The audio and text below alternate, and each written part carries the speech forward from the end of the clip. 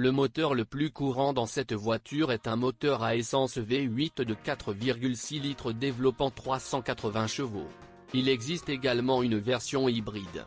Le moteur essence de 5 litres associé à un moteur électrique produit 406 chevaux. Il ne devrait certainement pas avoir peur des hybrides et des LS. Certaines rumeurs selon lesquelles les installations hybrides et les moteurs électriques sont très coûteux à entretenir et peu fiables n'ont aucun fondement et ne diffèrent pas des voitures à essence conventionnelles. Le fait est que lors du freinage, l'énergie n'est pas convertie en chaleur inutile, mais s'accumule dans des batteries nickel-hydrure métallique, et lors de l'accélération, l'énergie accumulée fournit une partie supplémentaire du couple aux roues motrices. Si nous parlons d'un essence 4.6 ordinaire, alors avec un entretien normal, la fiabilité de ces groupes motopropulseurs est tout simplement légendaire. Il n'y a pratiquement pas de panne, il n'y a pas de points sensibles, donc si vous entretenez la voiture normalement, vous pouvez la parcourir sur 300 et 400 000 km. De plus, le fonctionnement de cette unité V8 en lui-même est très agréable, doux, sans bruit ni vibration supplémentaire. De plus, pour une si grosse voiture, la consommation de carburant est très bonne. Si nous parlons exclusivement d'une voiture à essence, la consommation de carburant peut être supérieure à 15 litres au 100 km en cycle combiné. Sur autoroute, ces voitures consomment généralement environ 10 litres. Les transmissions de la Lexus LS Essence et de l'hybride sont différentes. La LS 460 est équipée d'une transmission automatique hydromécanique conventionnelle à 8 rapports. La LS 600R dispose d'une transmission électromécanique à 2 étages, et le passage de 1 à 2 s'effectue automatiquement lorsqu'une vitesse de 90 km/h est atteinte. En mode sport, l'électronique simule le fonctionnement d'une boîte automatique à 8 rapports, fixant un rapport virtuel.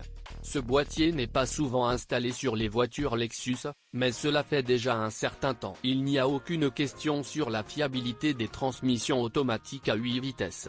Certains propriétaires se plaignent qu'avec le temps, de légers chocs peuvent apparaître lors du changement de vitesse, mais cela se produit effectivement après 1200 km. C'est si vous ne changez jamais l'huile. Quant aux transmissions hybrides, elles n'ont pas non plus mauvaise réputation, mais la vérité et les statistiques sont très faibles. Il n'y a pas beaucoup de ces voitures. De nombreux propriétaires disent qu'après 100 000 km, l'intérieur commence à sonner, c'est-à-dire que malgré le fait que le plastique semble visuellement de haute qualité, des craquements et des sons se font entendre de tous les côtés. La qualité du cuir est également critiquée. Il est très fin et doux et se raye facilement. Mais l'histoire de la suspension ne sera malheureusement pas aussi simple. Il y a ici des problèmes qui peuvent coûter un joli centime au propriétaire d'une Lexus LS d'occasion. La suspension pneumatique est équipée d'amortisseurs à rigidité réglable et la possibilité de changer la position de la carrosserie s'adapte parfaitement à n'importe quel profil de route, mais la changer sur un chantier de construction ne sera pas bon marché. En principe, la durée de vie d'un amortisseur pneumatique est de 100 à 150 000 km, mais pour prolonger sa durée de vie, il est nécessaire, surtout après la saison hivernale, de nettoyer les amortisseurs pneumatiques du réactif et des dépôts de saleté qui y sont collés. Très probablement, entre 100 et 150 000, vous devrez changer toute une série de blocs silencieux, dentaires, etc. Mais si les blocs silencieux, les anthères ne sont pas si chers, alors les leviers méritent d'être mentionnés parmi les plus désagréablement chers.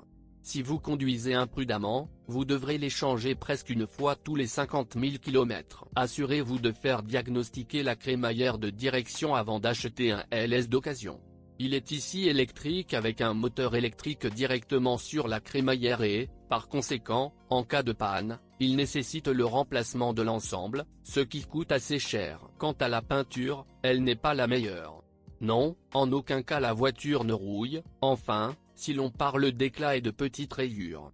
Ici, ils apparaissent facilement, c'est-à-dire que nous pouvons conclure que le métal est de haute qualité, mais que la peinture est fine.